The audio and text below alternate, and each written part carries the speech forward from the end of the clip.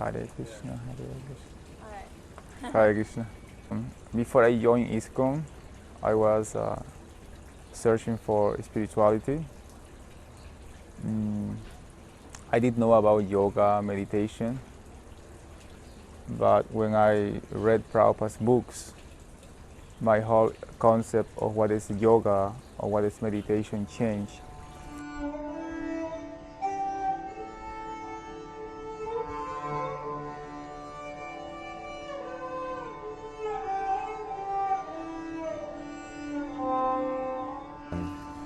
It was just really kind of bottling, like it was really holding down like my true ambition to search for something higher, and it wasn't really giving me much freedom if I was gonna go like work every day and try to like go to college to like please my dad, or so I ended up just I just started traveling. You know, I hit the road, and so that was like the ultimate goal, was to find some spiritual foundation in my life.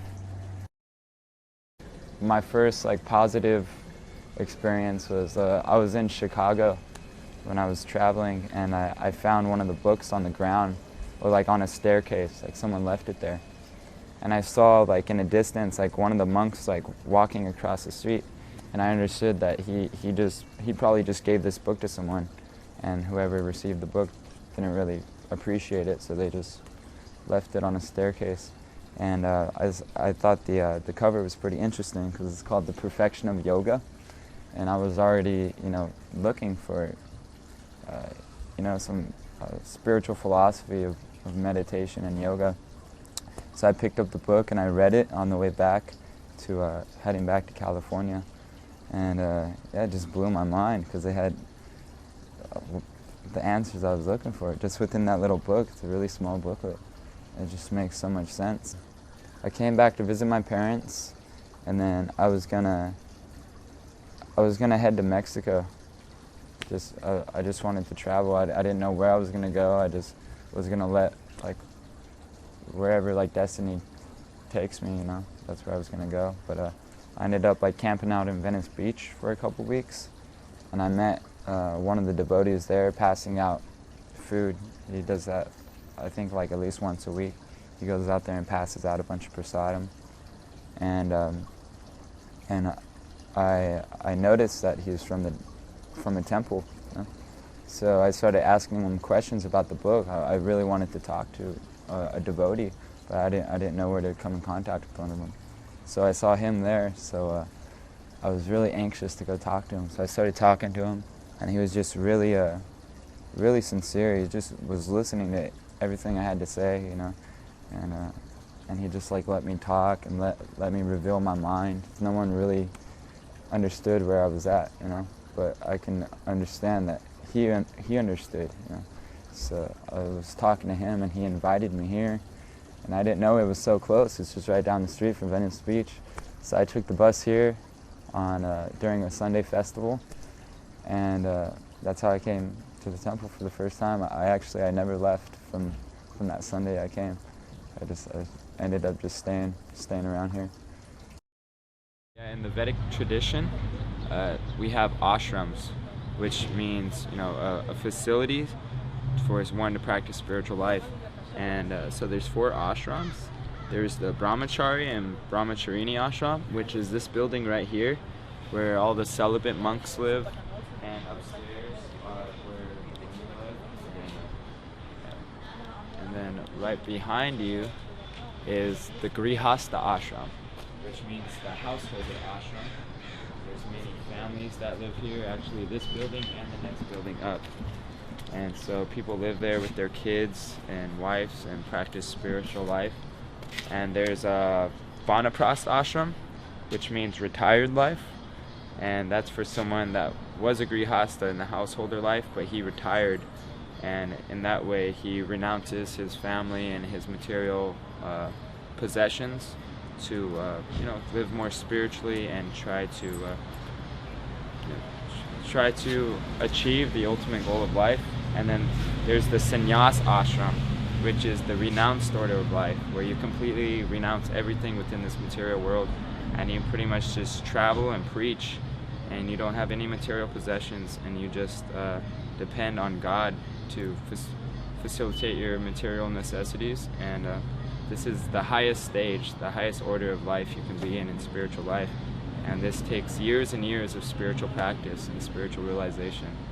And it takes... So you're hoping to get there. That's what, like... I mean, ultimately, the highest goal is to go back to Godhead. So any ashram that you're in, people are in different ashrams according to their own capacities and their own conditionings, and their own natures. And so, one who's in the householder life, the reason why grihastha ashram is there is for someone who is more comfortable with more material facilities. They're comfortable having a wife and a kid, and in this way they're more comfortable living a spiritual life in that way. And all the ashrams are basically to live a spiritual life. And if someone feels more comfortable being celibate, being a monk, and not having any more material obligations within this world, then it's easier for him to be a brahmachari. So each ashram is just according to your own nature. You don't need to be in any ashram. It's just according to your own capacity. And but ultimately, the highest order is sannyas. And if we can, work towards that, it's good. But if you're not capable of doing that, it's no disqualification on your part. You can still be highly self-realized, even being married and having a family. So it's just your own nature, your own decision, really. So there's room for everyone. It doesn't matter what you are in this material world. Your mental capacity. Everyone can actually achieve the ultimate goal of life as long as they have a human form of body. So that's what we're doing here. We're facilitating everyone's different natures and needs so they can be comfortable in their material surroundings and practice spiritual life and make tangible spiritual progress.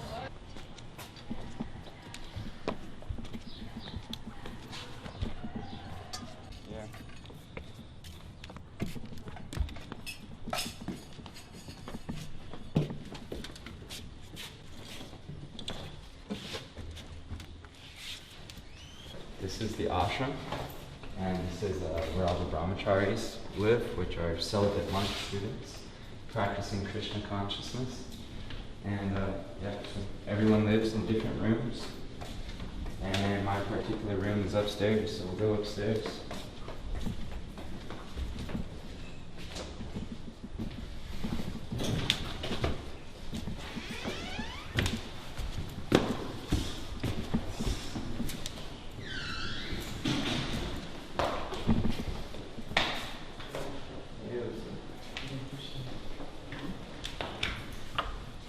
This is my roommate.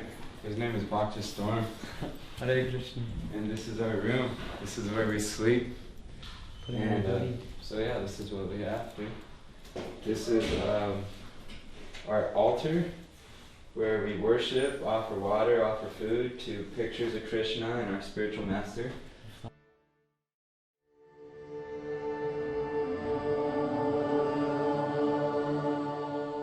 We teach that God is infinite.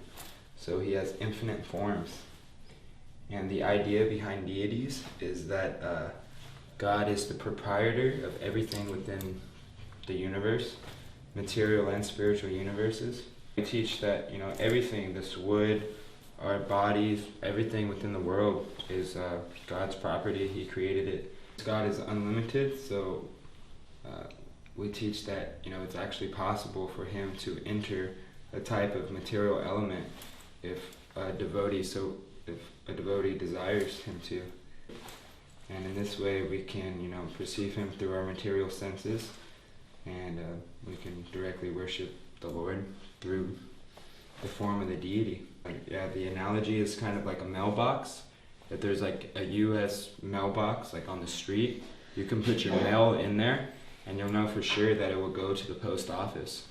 So by worshiping and praying to deities, it's kind of like putting our prayer in a post box, and you know it's going directly to the Lord. It's also to help us always remember that the Lord actually has a form. We can worship Him through this form.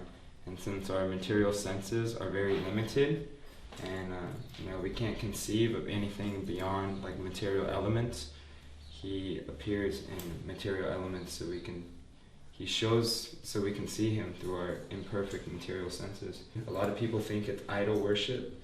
It's not idol worship. If just like in the Bible, they actually pray to a burning bush, saying that that's God. So it's if this is idol worship, in the Bible, then they're praying to, a fire. So yeah, we teach it's not idol worship. It's actually, like God's unlimited. Why can't He appear in material elements if someone who devotes himself to serving God's so-called desires? So that's the idea behind deities. And the mercy of Krishna. And maybe someone else can explain it a little better, but to the best of my knowledge and to the best of my ability to speak, I guess that's what I have to say. So these are our lockers. We try to keep everything as simple as possible. We try to keep everything neat. I'm not too neat, but I try to stay neat if I can.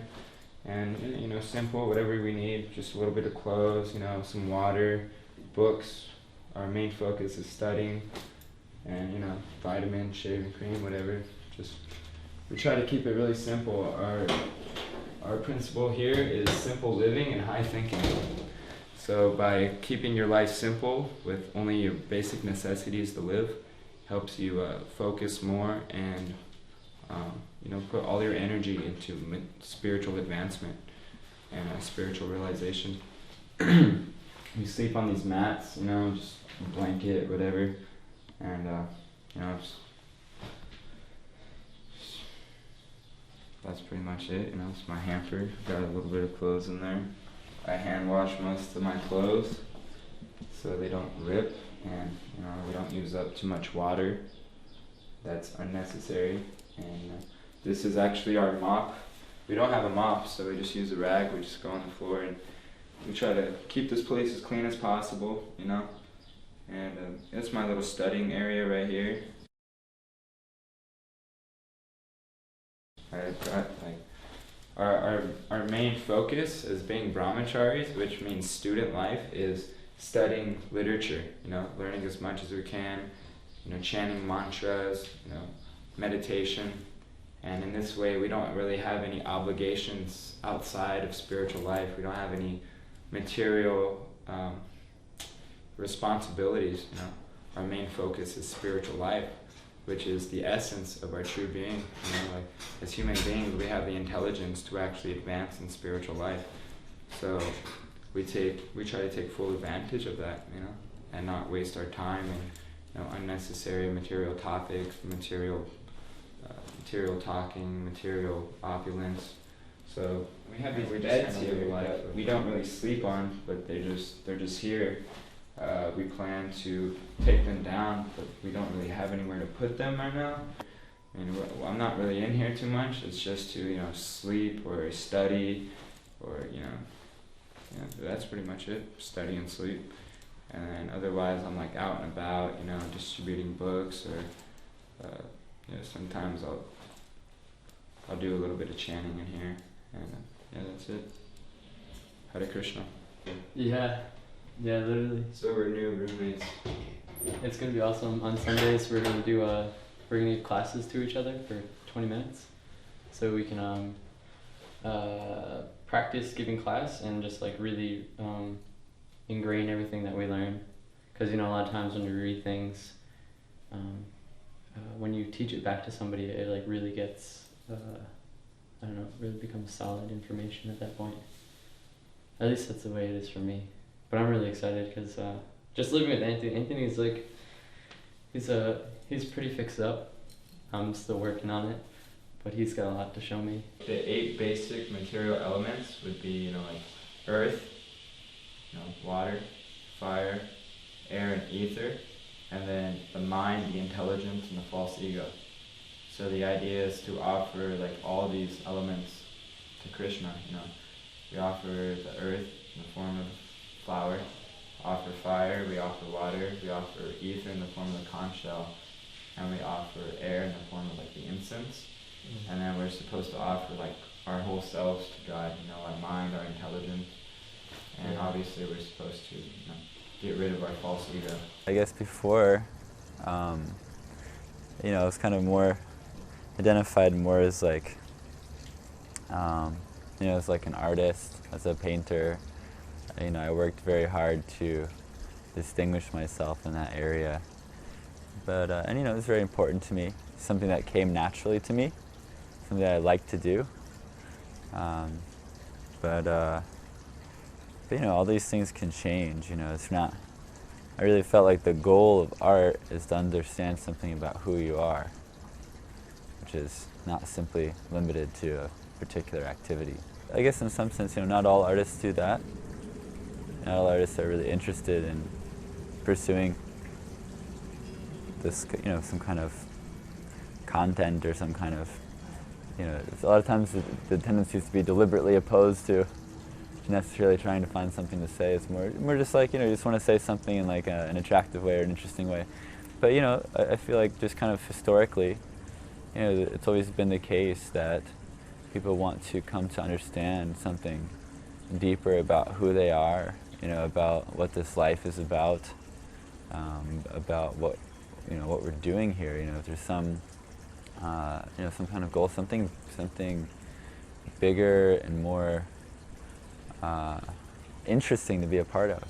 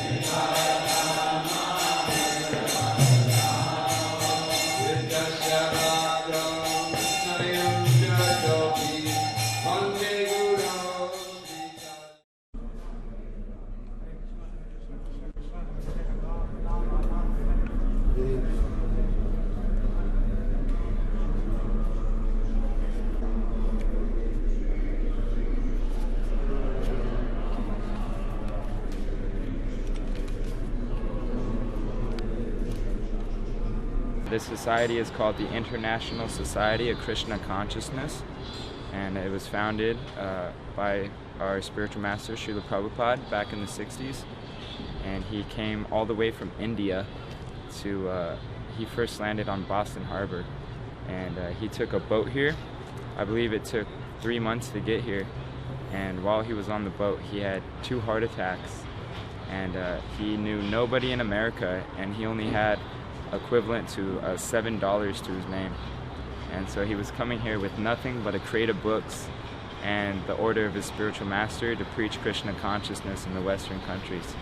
And so that's what he did with great faith in God, and with his purity he created a worldwide movement, and now we have hundreds of temples throughout the whole world in every country, and there's thousands and thousands of people practicing this Krishna consciousness.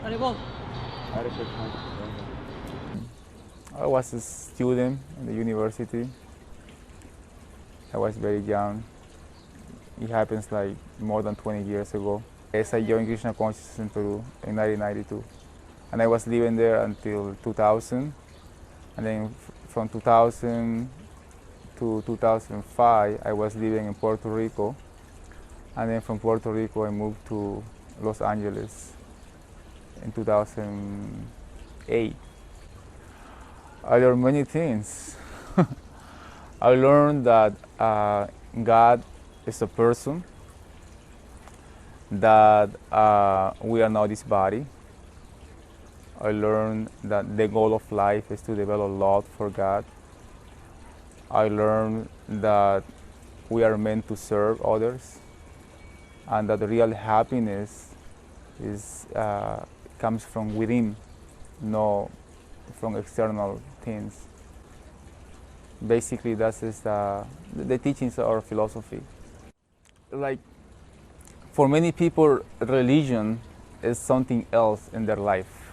Like, you might have your hobbies in life, you might have things that you like, and also you can be a religious person. But Krishna consciousness is your life. Your life, your whole life is Krishna consciousness. It's not that Krishna consciousness is something else in your life. Krishna consciousness is everything for you. So what Krishna consciousness has done for me is everything. It's because we cannot live without, we cannot live separate from God. Our whole existence is to fall in love with God. So this is a process of reawakening that dormant love for God. Since I took Krishna consciousness, everything changed in my life for good. My relationships are much better, my health is much better, my way of thinking, my character is much better. So everything becomes more nicely, more auspicious in my life. And I do recommend that for everybody who wants to be happy, real happy.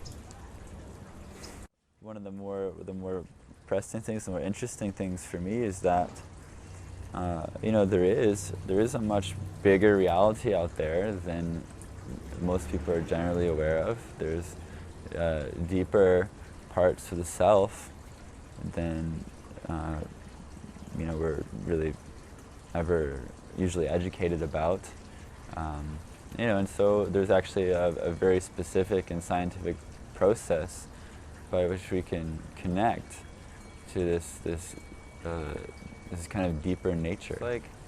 It's just made my life a lot easier, a lot more blissful, a lot more fun, a lot less anxiety.